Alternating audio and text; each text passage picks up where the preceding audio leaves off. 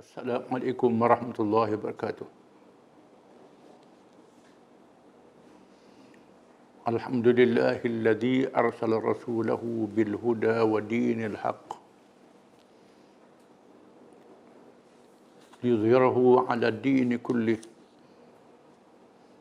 walau karihal musyrikun.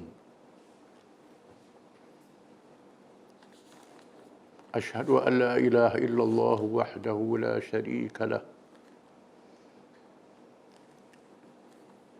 Lahul mulku wa lahul hamdu wa huwa ala kulli syai'in qadir. Wa asyhadu anna Muhammadan 'abduhu wa rasuluh. Al-badrud duja was-sirajul munir.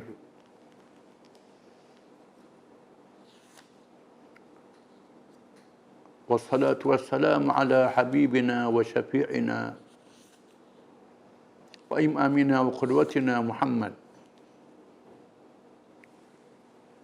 imamil muttaqin wa qaidid du'atil mujahidin wa ala alihi wa sahbihi ajma'in wa tabi'ina bi ihsanin ila yaumiddin, amma ba'd.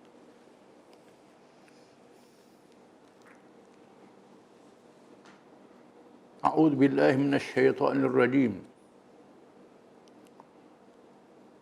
Falaqad nasarakumullahu bi Badrin wa antum adillah.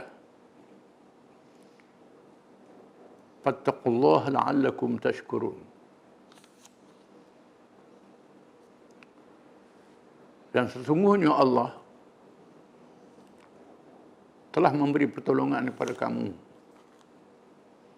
di dalam peperangan Badar. Dalam keadaan kamu kecil jumlah, dipandang lemah, maka bertakwalah kamu kepada Allah supaya kamu menjadi orang-orang yang bersyukur.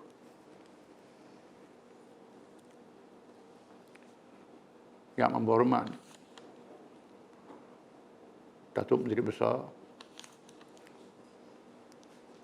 yang berhormat Timbalan Menteri Besar, yang berhormat Ahli Majlis Mesyuarat Kerajaan Negeri, semua para pemimpin PAS Hubungan Negeri Kelantan dan semua peringkat. Bersempena dengan peristiwa Badar, kemenangan yang bersejarah bagi umat Islam, disebut oleh Allah dalam ayat yang dibaca tadi, menunjukkan sejarah yang penting untuk menjadi pengajaran kepada umat Islam sehingga hari kiamat. Walaupun ianya berlaku di zaman Rasulullah SAW.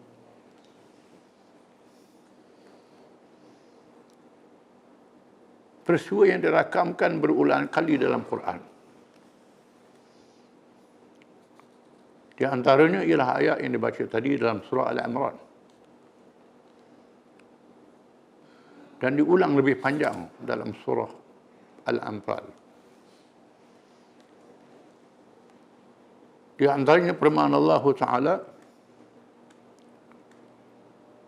وَإِذْ يَعِدُكُمُ اللَّهُ إِحْدَى الطَّائِفَتَيْنِ أَنَّهَا لَكُمْ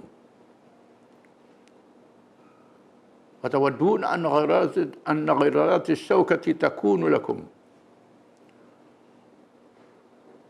وَيُرِيدُ اللَّهُ أَنْ يُحِقَّ الْحَقَّ بِكَلِمَاتِهِ وَيَقْطَعَ دَابِرَ الْكَافِرِينَ. يُحِقَّ الْحَقَّ وَيُبْطِلَ الْبَاطِلَ walau karihal mujrimun.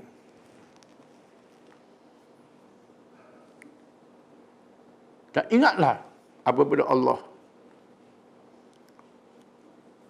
menunaikan janjinya kepada kamu dengan ditentukan pertemuan salah satu daripada dua pasukan. Kamu ingin menghadapi pasukan yang tidak ada kekuatan bersenjata. dengan mudah. Tetapi Allah menghendaki untuk menangkan yang benar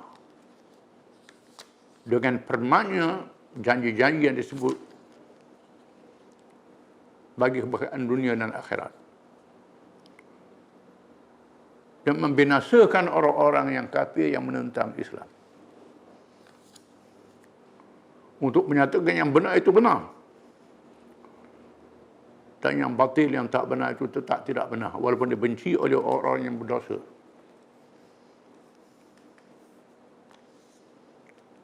Merupakan satu pertemuan yang ditakdirkan oleh Allah Subhanahu Wa Taala, di luar daripada apa yang dirancang oleh Rasulullah sallallahu alaihi wasallam. Apabila keluar dengan sahabat-sahabatnya dengan jumlah yang kecil, sekadar 313 orang, tidak lengkap bersenjata. Kerana tujuannya bukan untuk berperang. Tujuannya memintas kabilah perdagangan Abu Sufyan. Yang dipimpin oleh Abu Sufyan yang pulang dari Syam, untuk melakukan tindakan balas terhadap kezaliman yang dilakukan kepada orang-orang yang beriman di Makkah Al-Mukarramah, sehingga ada yang dibunuh, yang dirampas hartanya, yang diseksa. Tidak ada kesalahan malaikat kerana mereka menjadi orang yang beriman.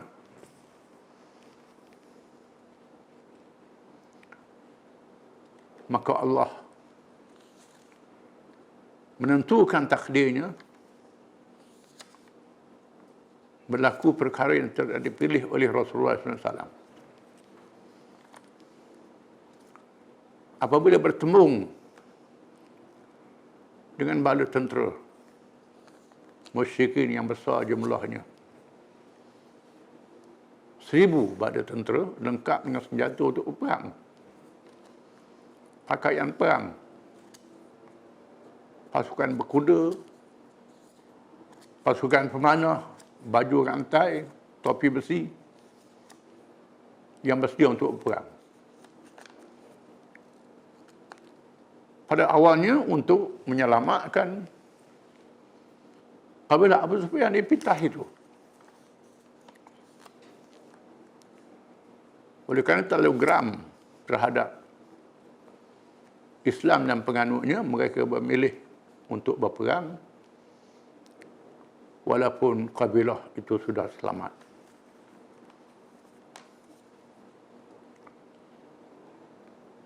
Bagi membuktikan firman Allah Ta'ala dalam surah Al-Hajj, Inna Allah yudafi'u 'anil ladzina amanu. Inna Allah la yuhibbu kulla khawanin kafur. Udhina lilladzina yuqataluna bi'annahum zulimu. Wa inna Allah ala nasrihim laqadir. Alladzina ukhriju min diyarihim bighairi haqq illa an yaqulu rabbuna Allah. Walau la daf'u Allahi an-nasa ba'dahum biba'd lahuddimat sawami wa bi'un wa salawatun wa masajid. Wa masajid yudhkaru fiha ismullahi katsira. Wa la yansuranna Allahu man yansuruh. Inna Allaha laqawiyyun 'aziz. Alladzina in makkannahum fil ard aqamus salah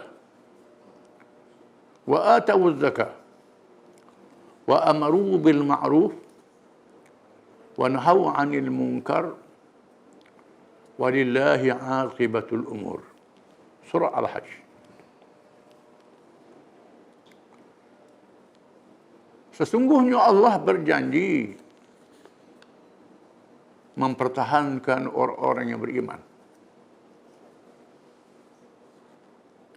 Dan Allah tidak mengasihi orang-orang yang khianat, lagi kufur. Diizinkan kepada mereka yang diperangi. Sesungguhnya mereka telah dizalimi. Dan Allah Maha berkuasa untuk menolong, memberi kemenangan kepada mereka. Mereka itulah orang-orang yang dihalau dari tanah air mereka, kampung halaman mereka. Iaitulah Nabi sallallahu alaihi wasallam dan para sahabat radhiyallahu anhum yang dihalau sehingga terpaksa berhijrah. Tidak ada kesalahan yang mereka buat, yang mereka lakukan, melainkan apabila mereka berkata dengan tegas, Rabbuna Allah, Tuhan yang Maha Esa, yang kami beribadat kepadanya, yang kami patuh kepada segala perintahnya dalam urusan kehidupan kami, hanya Allah sahaja. Itu sahaja ucapannya. Dengan sebab itu mereka dipaksa meninggalkan ajaran yang benar, Islam. Diseksa, ada yang dibunuh, dirampas hartanya. Maka Allah izinkan kepada mereka untuk menentang musuh itu. Dengan hikmah yang dikehendaki oleh Allah. Kalau sekiranya Allah tidak menolak sesama manusia, golongan yang benar menentang golongan yang salah, nah jadi binasakah rumah-rumah ibadat berbagai-bagai agama, Yahudi, Kristian dan lain-lain, termasuklah masjid-masjid orang Islam dimusnahkan. Bukan sahaja orang Islam, termasuklah orang yang tidak seagama dengan penganutnya. Dizalimi, dimusnah rumah ibadatnya. Allah berjanji untuk memberi pertolongan kepada orang yang menolong bagi menegakkan agamanya. Dan Allah itu Maha Kuat lagi Maha Perkasa. Allah berjanji untuk memenangkan Islam, agama yang benar itu. Mereka itu ialah orang-orang yang apabila diberi kekuasaan memerintah di atas muka bumi, mereka mendirikan salat, ada hubungan dengan Allah, Rabbani, memperhambakan diri kepada Allah, tak putus hubungan dengan Allah. Mereka menunaikan zakat, melaksanakan ekonomi yang adil, menyuruh kepada kebajikan, menegakkan masyarakat dan negara berkebajikan, mencegah kemungkaran, menegakkan kedaulatan undang-undang. Dan bagi Allah sahaja akibat segala urusan, berwawasan hari akhirat. Inilah dia perjuangan yang dilaksanakan oleh Rasulullah SAW. Walaupun berlaku peperangan, tetapi dalam hubungan Islam dengan semua yang lain, mendahulukan perdamaian. Dalam hubungan antara kaum, antara agama dan antara bangsa, konsep Islam mendahulukan perdamaian. Perdamaian hendaklah didahulukan, muwajahah silmiyah. Dan Islam melarang kita memaksa orang masuk Islam. Kerana Islam itu mestilah dengan rela hati yang ikhlas. Kalau dipaksa, melahirkan orang munafik yang tidak ikhlas. Islam tu mesti ikhlas. Maka tidak ada paksaan dalam agama. Islam mendahulukan perdamaian. Apabila Islam yang ditegakkan itu suatu perkara yang baik, yang benar daripada Allah Subhanahu wa taala, bukan sahaja dalam ibadatnya, termasuklah dalam peribadi, keluarga, masyarakat dan negara. Mendedahkan keburukan mereka yang zalim. Mendedahkan ajaran-ajaran lain yang sesat. Menyebabkan kumpulan yang lain itu bermusuh dengan Islam. Padahal Islam tidak memaksa mereka. Islam menggalakkan berhujah dengan damai. Bila berhujah pun kalah, mereka gunakan kekerasan. Gunakan kekuatan. Mengangkat senjata. Inilah menyebabkan Allah mewajibkan orang Islam tidak menjawab kalah menentang musuh yang mengangkat senjata itu. Dimulakan dengan peperangan Badar yang berlaku pada 17 Ramadan tahun yang kedua Hijrah. Peristiwa yang sangat bersejarah dirakamkan oleh Allah Subhanahu wa taala untuk membuktikan kebenaran Islam, untuk menyatakan bercahaya agama Allah tidak boleh dipadamkan oleh sesiapa pun, walaupun oleh seluruh dunia berpakat untuk memadamkan cahaya Islam ini. Maka berlakulah pertemuan suatu tempat yang bukan Badar di antara Mekah dan Madinah. Nabi SAW dan para sahabatnya yang keluar untuk meminta kabilah Abu Sufyan. Bukan untuk merampak, bukan untuk menyamun. Seperti yang ditulis oleh para orientalis. Tapi untuk bertindak balas terhadap mereka yang zalim. Membunuh orang Islam di Mekah. Merampas harta mereka. Sebagai tindakan hukuman terhadap mereka yang zalim itu. Bila mendapat maklumat kabilah Abu Sufyan akan pulang daripada Syam. Abu Sufyan ni adalah mertua Nabi SAW, bukan orang lain. Bukan satu bangsa, satu kaum, mertua Nabi SAW. Tapi oleh kerana terlibat sama menentang Islam, bermusuh dengan Islam, maka Nabi bertindak.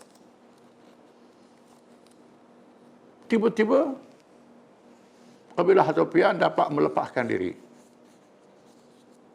Yang datang adalah tentera yang diminta untuk membantunya. Yang datang di Mekah dipimpin oleh Abu Jahal, pemimpin musyrikin yang paling besar di zaman itu. Maka berlakulah pertemuan di Badar. Oleh kerana tujuannya bukan untuk berperang. Nabi SAW telah bermesyuarat dengan para sahabatnya. Tak paksa para sahabatnya. Apa pilihan kita? Kerana kabilah sudah terlepas, adakah kita mahu balik ke Madinah saja? Bukan untuk berperang? Tapi orang nak paksa kita berperang. Apabila majoriti ataupun 100% para sahabat, kalangan Muhajirin dan Ansar, dengan keimanan yang kuat, percaya kepada pertolongan Allah Subhanahu wa taala, membuat keputusan supaya menghadapi bala tentera yang lebih besar itu.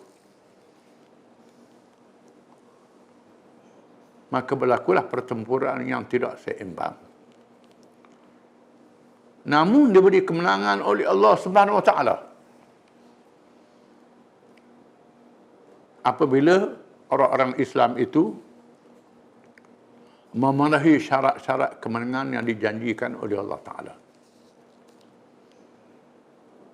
Wala yansurannallahu man yansuruh Innallaha laqawiyyun aziz. Demi sesungguhnya Allah berjanji menolong siapa yang menolong Allah, yang menolong agama Allah. Allah Ta'ala tak perlu ditolong kerana dia Maha berkuasa. Dengan kun fayakun saja berlaku. Dengan mudah. Walillahi junudus samawati wal ardh. Bagi Allah bala tentera yang tak dapat dilihat untuk membinasakan sesuatu kaum. Pasti berlaku pada hari ini. Serangan wabak, tak ada kuasa besar yang boleh lawan. Berhempah pulas. Satu contoh yang berlaku di hadapan kita. Itu kuasa Allah Ta'ala. Tetapi Allah nak menguji mereka yang beriman.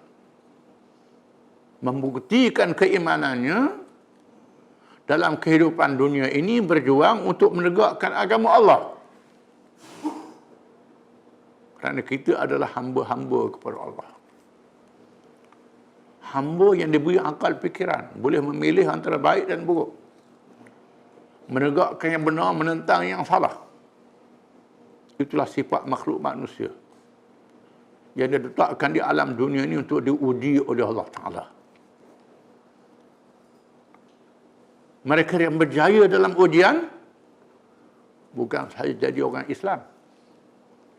Menegakkan Islam itu. Memenangkan Islam itu.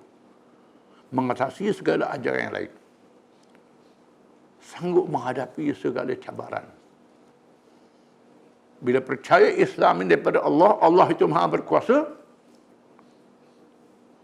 Kalau kita bersama dengan Islam, tak ada siapa yang boleh mengalahkan kita, menghapuskan kita. Dengan syarat mestilah menunaikan syarat-syarat yang dikehendaki oleh Allah. Menegakkan iman yang sebenar di dalam diri. Percaya kepada Islam. Percaya pada janji dunia dan akhirat. Kalau bersama dengan Islam, menang dunia. Mati menang juga di alam barzah dan di hari akhirat. Tidak kalah sekali-kali. Sifat ini ada dalam diri para sahabat yang menghadiri perang Badar itu. Keimanan yang sebenar, keikhlasan yang murni. Mereka sanggup sehidup semati bersama dengan Rasulullah SAW bagi menegakkan Islam itu. Syarat imannya sangat penting. Beriman kepada Allah, agama dia, dan percaya pada janji dia.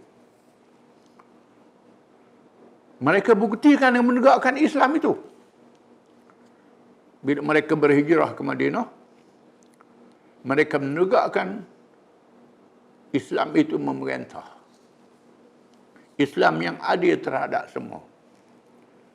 Tidak memaksa terhadap penganut-penganut agama lain supaya masuk Islam. Perkara yang luar biasa. Bila tegaknya pemerintahan Islam di Madinah itu, manusia melihat adilnya Islam dan baiknya Islam ini menyebabkan mereka yang mahu memuaskan hawa nafsu menganggap Islam adalah penghalang. Mereka menentang Islam. Mereka mengerahkan pengikut-pengikut mereka yang ikut hawa nafsu juga untuk menentang Islam. Bukan Islam ni jahat. Mereka tahu Islam ni baik. Nabi Muhammad SAW adalah yang paling amanah, yang paling baik. Tetapi mereka menentang kerana mempertahankan kebatilan, menganggap cahaya Islam itu mendedahkan keburukan mereka. Bila orang Islam menegakkan Islam, cahayanya terang, menyebabkan mereka yang tak mahu pada cahaya ini nampak keaiban mereka, akan menentang, maka berlaku perlawanan. Allah memberi kemenangan dalam peristiwa Badar. Apabila syarat yang pertama, iman dan ikhlas itu ada. Yang kedua, mereka melaksanakan strategi yang baik. Strateginya sangat baik. Walaupun jumlahnya kecil, membuat satu strategi yang baik. disebut dalam kitab-kitab sirah. Dikaji oleh pakar-pakar ketenteraan. Malangnya pakar ketenteraan barat banyak kaji daripada Islam. Tapi orang Islam tak kaji daripada sejarah mereka sendiri. Di antaranya memilih markas operasi di Badar itu. Bila Nabi memilih satu kawasan untuk jadikan markas operasi, seorang sahabat bertanya kepada Rasulullah, adakah ini wahyu daripada Allah ataupun pilihan dengan pandangan sendiri? Rasulullah kata pandangan sendiri. Sahabat itu kata, pada pandangan saya bukan di sini untuk markas operasi. Kerana di Badar ini ada cerong mata air. Kalau kita berpusat di sini, musuh di hadapan kita, air di hadapan kita, musuh dapat air, kita dapat air. Pada pandangan saya, kita madu ke hadapan supaya kita saja dapat air, sekat bekalan musuh. Ini strategi yang baik. Lalu Nabi berdoa kepada sahabat ini dan pilih tempat yang dicadangkan itu. Memilih markah operasi. Menyusun saf dengan dibariskan bala tentera Islam, dibaris dengan teratur, dengan terperinci. Penyusunan tentera yang sangat baik. Adapun tentera musyrikin walaupun jumlahnya besar tapi bercelaru. Kekuatan imannya tak ada. Semata-mata hawa nafsu. Berjuang di atas dasar kebatilan. Belum berlaku peperangan, Nabi SAW telah berdoa dengan doa yang masyhur. Antaranya ialah dalam doa itu, Allahumma in tahlik hadhihi isabatu la tu'bad. Ya Allah, ya Tuhanku, kalau dibinasakanlah pasukan yang kecil ini, tidak ada lagi orang yang memperambakan beribadat pada-Mu, wahai Tuhan. Doa yang sangat menarik, ya Allah, ya Tuhanku, kalau binasalah pasukan yang kecil ini, tidak ada lagi orang yang beribadat kepada-Mu, memperhambakan diri pada-Mu, wahai Tuhan. Menegakkan ubudiyah kepada Allah Ta'ala. Tak disebut, ya Allah Tuhanku, kalau kami kalah, habislah kami jadi tawanan. Anak isteri kami ditawan, tanah air kami akan dijajah. Tak dinafikan mempertahankan anak isteri, harta tanah air adalah penting. Itu bekas saja. Tetapi dasarnya ialah memperhambakan diri kepada Allah. Islam yang menyelamatkan tanah air, menyelamatkan keluarga, menyelamatkan bangsa. Tegakkan Islam, tanah air selamat, bangsa selamat, keluarga selamat. Kalau pertahankan tanah air saja, Islam tak tahu mana pergi. Islam di belakang, tanah air tak selamat. Semua tak selamat. Selamatkan Islam dulu. Ini penting. Berbeza dengan Abu Jahal yang juga berdoa di pagi itu. Sama-sama berdoa, Abu Jahal juga berdoa. Disebut oleh Abu Jahal, Allahumma aqta'una lirrahim. Wa atana bima la yu'raf fa'hinhu al-ghadah. Allahumma, ya Allah, ya Tuhanku, kata Abu Jahal. Abu Jahal juga sebut Allahumma, ya Allah, ya Tuhanku. Sesungguhnya inilah orang yang memutuskan hubungan silaturahim. Memecah belahkan keluarga. Membawa ajaran yang sesat. Binasakanlah dia di pagi ini. Tergamak, dia kata Nabi Muhammad bawa ajaran sesat. Tak suluh diri dia sendiri, muka dia sendiri, perangai dia sendiri. Sanggup menuduh Nabi Muhammad dan sahabat-sahabatnya sesat. Ini paling sesat, tak sedar ke diri. Mementingkan keluarga, bukan menegakkan Islam. Keluarga penting, bukan tak penting.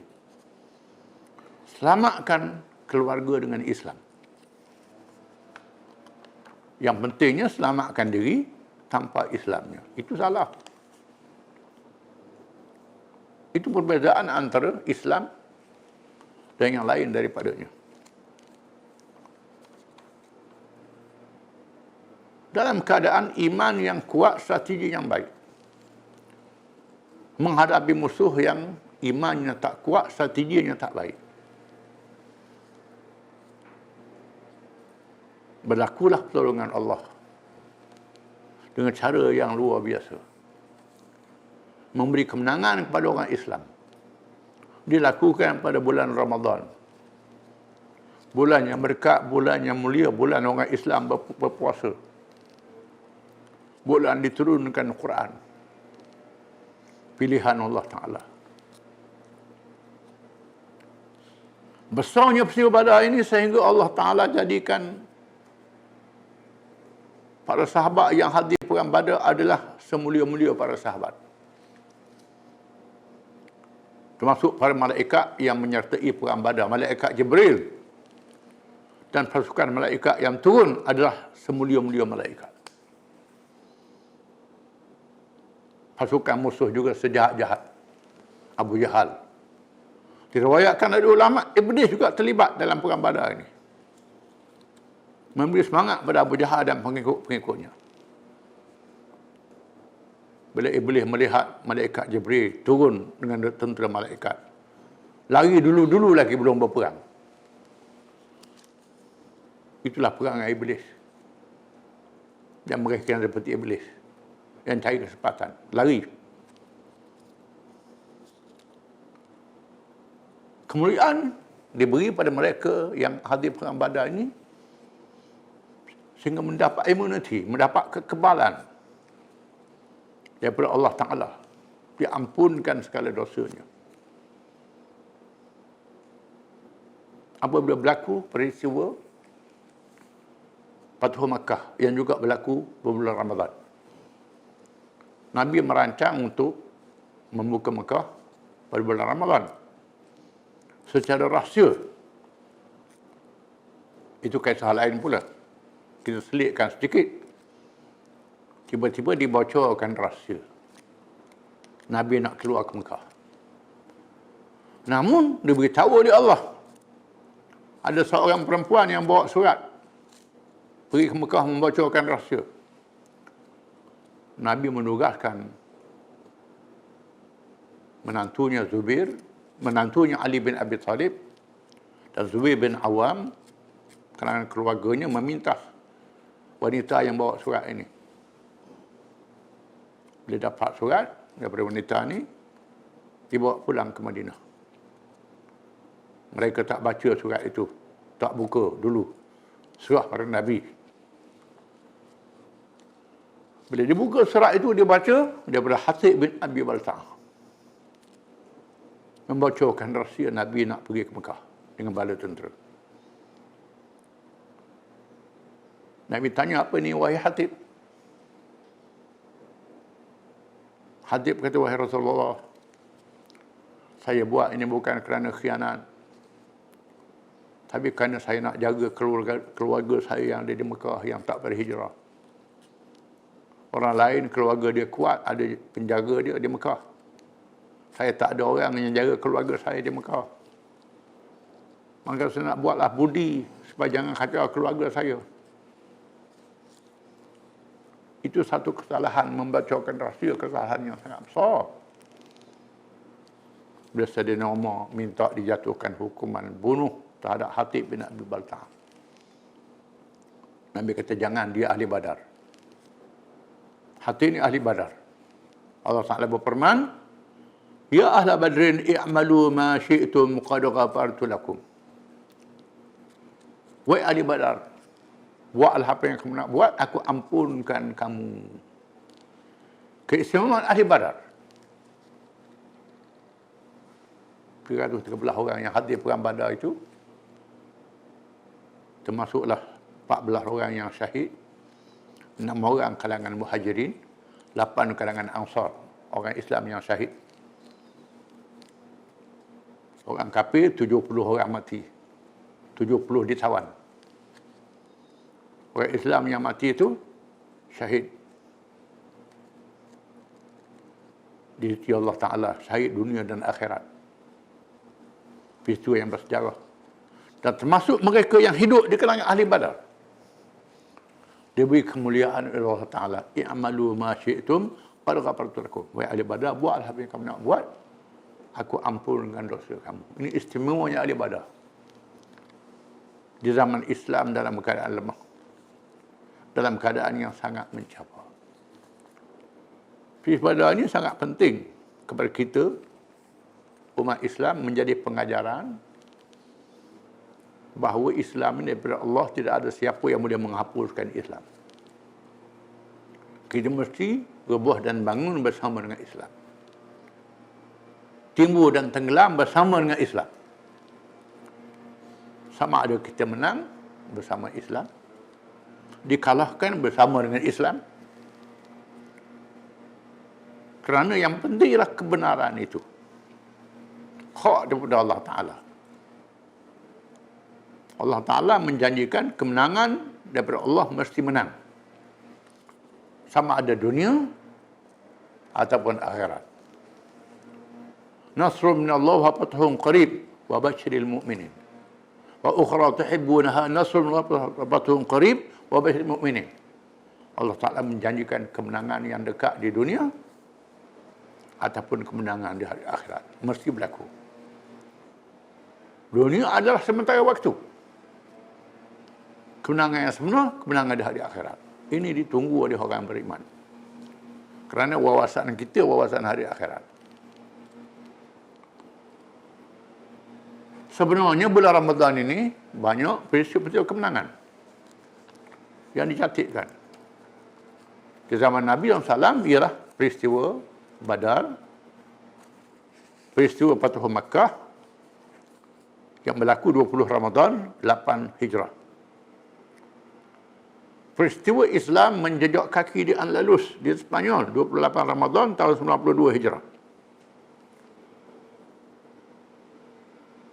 Peristiwa Balat Ramadan 1114 Hijrah.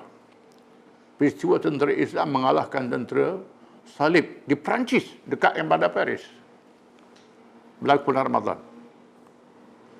Peristiwa Amuriyah zaman Khalifah Mu'tasim berlaku bulan Ramadan 223. Bila seorang perempuan wanita Islam telah dihina. Mu'tasim bertindak, berlaku peristiwa diserang Amuriyah kerana seorang wanita Muslimat.